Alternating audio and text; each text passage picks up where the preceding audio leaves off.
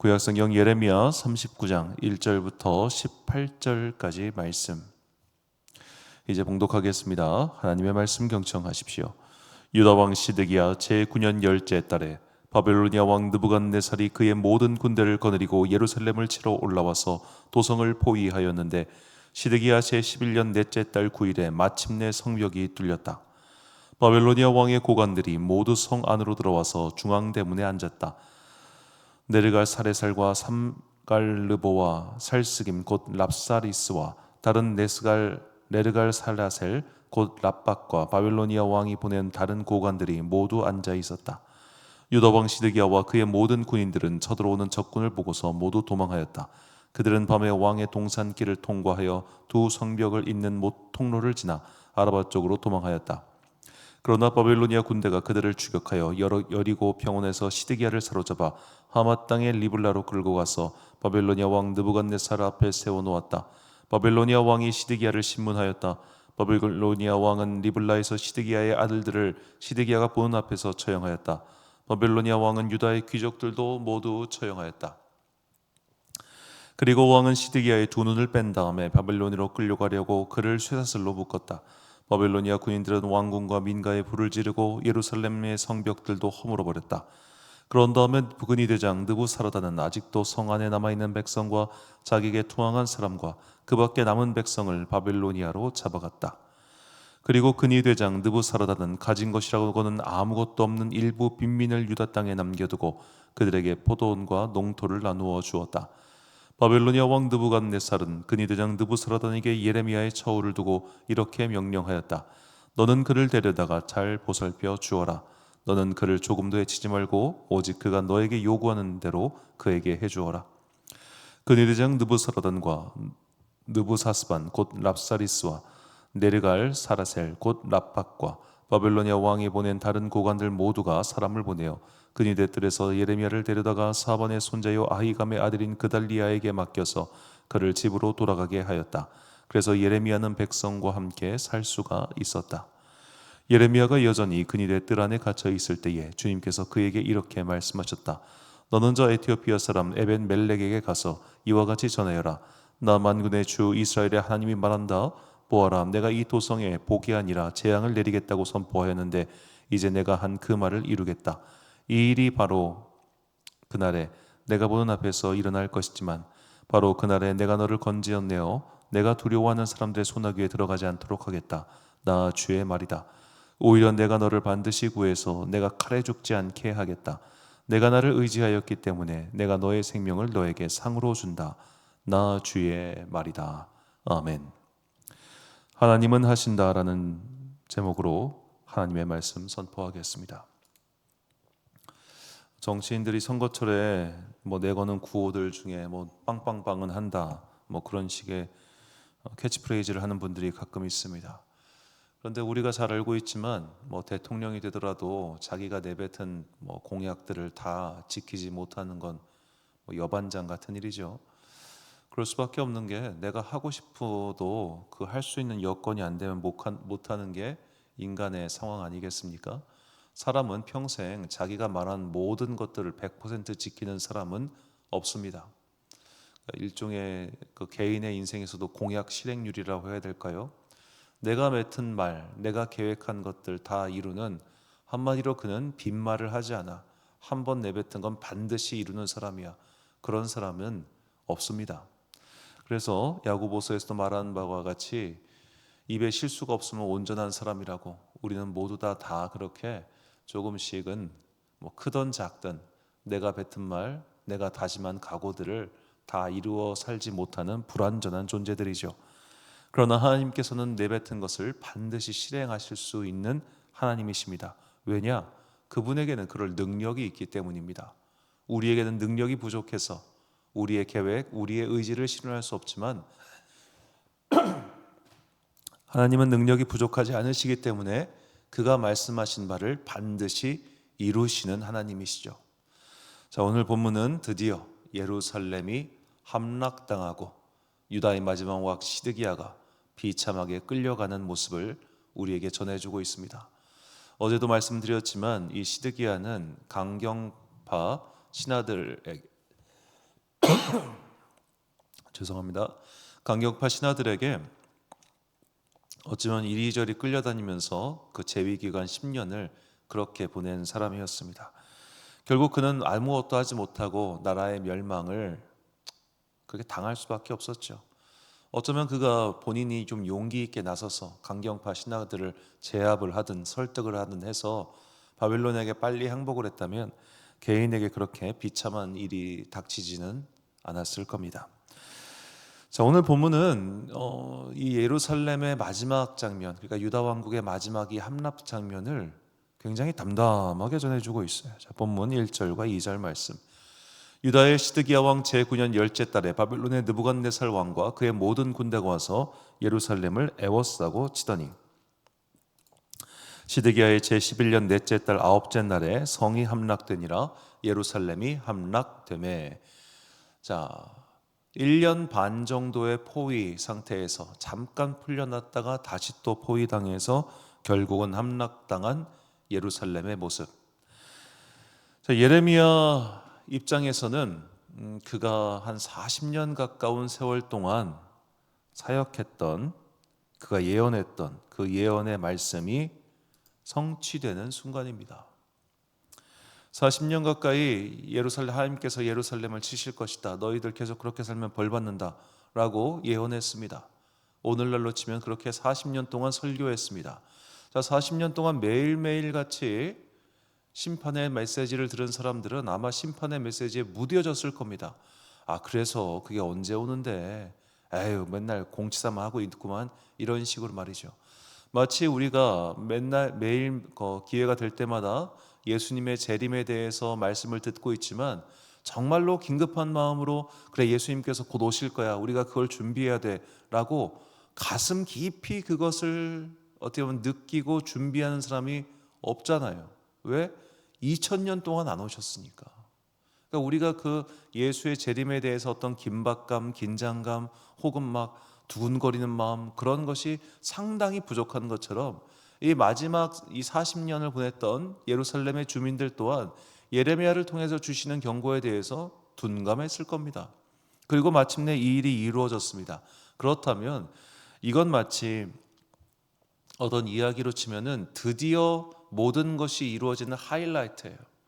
그럼 막 그 영화로 치면 롱테이크로 잡아가지고 시간을 좀 길게 해놓고 뭔가 화려한 막 효과를 주고, 야 이게 진짜 하이라이트구나 하고 빵빵빵빵빵 해야 될 것 같은데 너무 짧고 너무 단순합니다. 자, 이렇게 글의 구성을 함으로써 독자들에게 무엇을 전달하고자 함일까요? 하나님께서는 이것을 하고 싶지 않으셨던 거예요. 하나님께서 무려 40년이라는 세월 동안 예레미야를 선택하셔서, 예레미야 본인도 이게 이루어지는 게 싫어요. 하나님도 사실은 이거 하고 싶지 않으세요. 그 마음을 가지고 정신 차려, 정신 안 차리면 내가 너 때릴 거야, 정신 차려, 정신 안 차리면 내가 너를 괴롭힐 수밖에 없어, 정신 차려, 정신 안 차리면 내가 너를 힘겹게 할 수밖에 없어, 이거를 계속 말씀하시고 드디어 정신을 안 차려가지고 결국 힘겹게 하시는 순간이에요. 이거는 본인들도 심판의 주체자이신 하나님께서도 원하셨던 게 아니고, 그거를 전달하는 메신저인 예레미야도 원하는 게 아니었고, 사실 그것을 당하는 백성들도 원하는 게 아니었어요. 모두가 원치 않는 상황이 벌어진 거예요. 구조로 보면 하이라이트이지만 이 당사자들에게는 모두가 원치 않았던 순간이 온 겁니다. 그러니까 짧아요. 그러니까 기술이 덤덤합니다. 시드기야는 결국 비로한 꼴을 당하게 됐죠. 본문 6절과 7절. 바벨론의 왕이 리블라에서 시드기야의 눈앞에서 그의 아들들을 죽였고 왕이 또 유다의 모든 귀족을 죽였으며 왕이 또 시드기야의 눈을 빼게 하고 바벨론으로 옮기려고 사슬로 결박하였더라. 자, 예레미야를 비웃고 예레미야를 가두고 그 앞에서 그의 말씀을 찢는데 일조했던 많은 신하들, 강경파들 다 죽었습니다. 시드기야 결국에는 도망치다가 붙잡혀가지고 자식 죽고 본인 눈 뽑히고 그렇게 되었습니다. 자, 오늘 이제 뒤에 보면, 오늘 본문 뒤에 보면 어제 우리가 살펴봤던 이방인 환관 에벤멜렉, 이 사람은 이 환란의 시기에 하나님께서 그를 살려주시죠. 자, 이거 되게 중요한 얘기합니다. 자, 그는 왕에게 직언을 할 수 있는 환관이었습니다. 뭐 그때 남유다 왕국이 엄청 큰 왕궁이어가지고 막 환관이 수십 명, 수백 명 있고 그러진 않았을 거 아니에요. 그 적은 환관이라고 하는 존재는 그리고 왕과 생사고락을 함께한 존재 아닙니까? 그런데 왕은 이렇게 눈 뽑혀서 끌려가는데 환관은 멀쩡해. 그 어려운 순간에서도 당연히 왕궁과 함께 죽을 수밖에 없는 이 이방인 출신 환관을 하나님께서 살려주셨어요. 어쩌면 그가 살 확률이 가장 낮은 보직임에도 불구하고 그를 살려주신 거예요. 즉 하나님께서는 바벨로니아가 아무리 강하든 말든 이스라엘을 구원하실 수 있었고 구원하시고 싶어 하셨어요. 그런데 끝까지 말을 안 들으니 당신께서 하신 말씀을 지키실 수밖에 없었던 것입니다.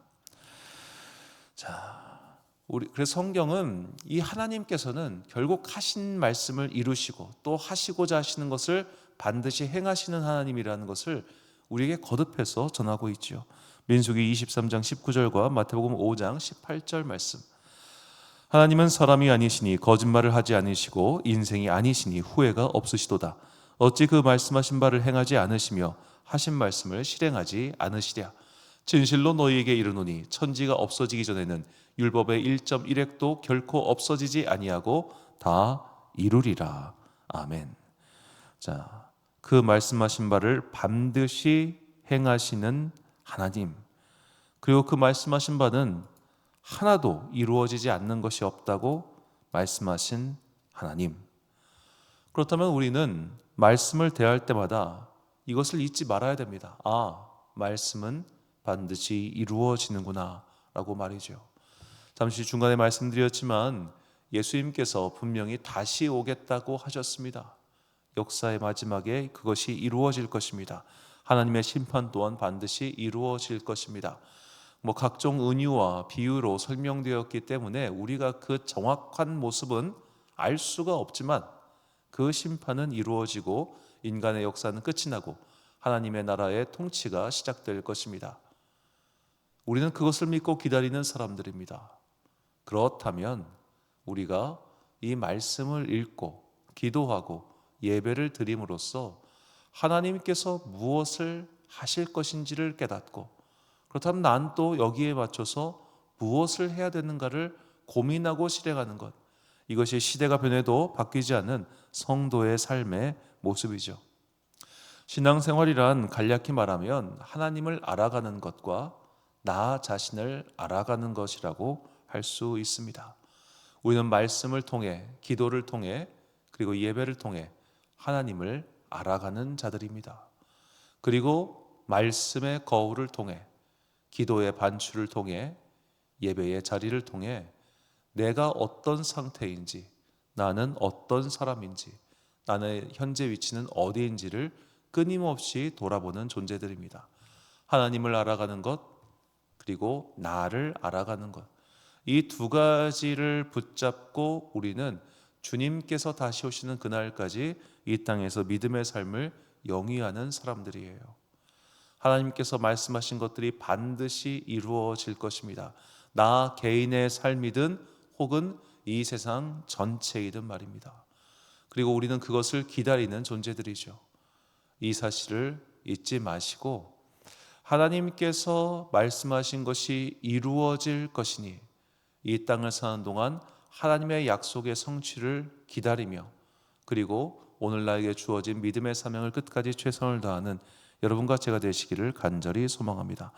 믿음의 고백의 말씀 로마서 8장 12절과 13절 말씀입니다. 그러므로 형제들아 우리가 빚진 자로되 육신에게 져서 육신대로 살 것이 아니니라. 너희가 육신대로 살면 반드시 죽을 것이로되 영으로서 몸의 행실을 죽이면 살리니. 아멘. 사랑하는 지혜빛 공성교회 성도 여러분, 그리고 이 새벽을 함께 깨우고 계신 귀한 주님의 자녀 여러분, 우리가 성경에 기록된 경고의 말씀들, 각종 말씀들을 결코 가볍게 듣지 말아야 되는 이유를 이 예레미야 전체에서, 그리고 오늘 본문에 어쩌면 전체의 그 하이라이트에 해당되는 이 예루살렘의 함락의 장면에서 우리는 배워야 합니다. 하나님께서는 하십니다. 그것이 역사의 끝에 오는 종말이든 악인에 대한 심판이든 혹은 내 개인의 잘못된 행동에 대한 교정이든 하나님은 그 일을 하시는 분이십니다. 나의 짧은 소견과 나의 짧은 경험에 하나님은 왜 일하지 않으시는가? 하나님은 왜 침묵하시는가? 하나님은 왜 저들을 심판하지 않으시는가? 라고 반문하겠지만 하나님께서는 하나님의 때를 기다리고 계시며 정확하게는 그 때를 정해놓고 우리가 거기에 도달할 때까지 그냥 보시는 거예요.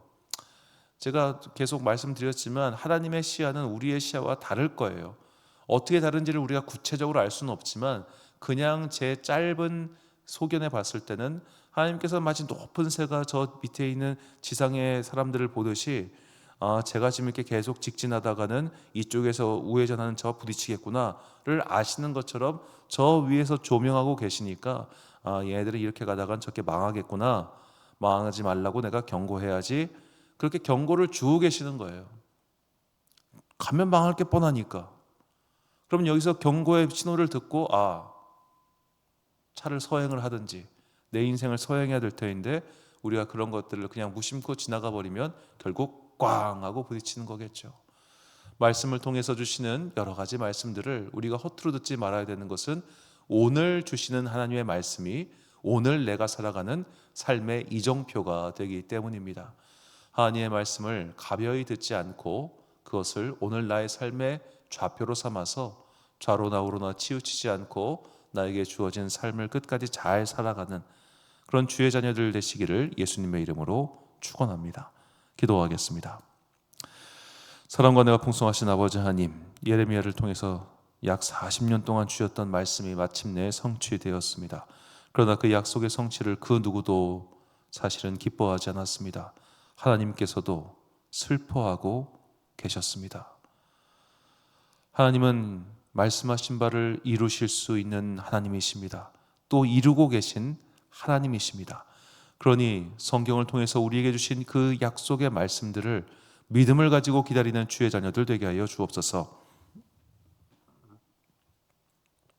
예수님께서는 반드시 이 땅에 오실 것이며 모든 악인들과 의인들에 대한 심판과 판결이 그때 이루어질 것이며 우리는 그 날을 믿고 믿음을 지키며 살아가는 존재들이라는 것을 수도 없이 성경을 통해 말씀해 주셨사오니 이제 그 말씀을 믿고 내 삶에서 육신의 일을 잊어버리고 내가 복수의 주체자가 되지 아니하고 내가 나의 발로 나의 인생을 성공으로 이끌려고 하는 욕망에서 벗어나 얌전히 하나님의 일하심을 기다리는 믿음의 사람들 되게 하여 주옵소서. 어려운 시대 속에서 우리를 부르셨사오니 끝까지 믿음을 가지고 하나님의 일하심을 기다리는 주의 자녀들 되기를 간절히 소망합니다. 날씨가 추워지는 금요일입니다. 주께서 오늘 하루를 살아가는 당신의 백성들에게 지혜와 능력 주시고 이제 다가오는 민족의 명절 설에 온 가족이 함께 모여 또한 홀로라도 그 어디에 있든지 주님과 동행하며 하나님의 따뜻한 성령의 은혜를 누리게 하여 주옵소서. 오늘 하루도 참 좋으신 우리 주님의 은총과 평강이 모든 주의 자녀들과 함께 하시기를 간절히 소망하오며 이 모든 말씀 우리 구주 예수 그리스도의 이름으로 기도드립니다. 아멘. 오늘의 기도 제목입니다. 하나님의 말씀은 반드시 이루어집니다. 오늘 각자에게 주신 말씀을 잊지 않고 살아갈 수 있도록 주님의 도움을 구하십시오. 오늘 주신 기도의 제목 가지고 기도와 묵상에 힘쓴 하루 되시길 바랍니다. 기도하겠습니다.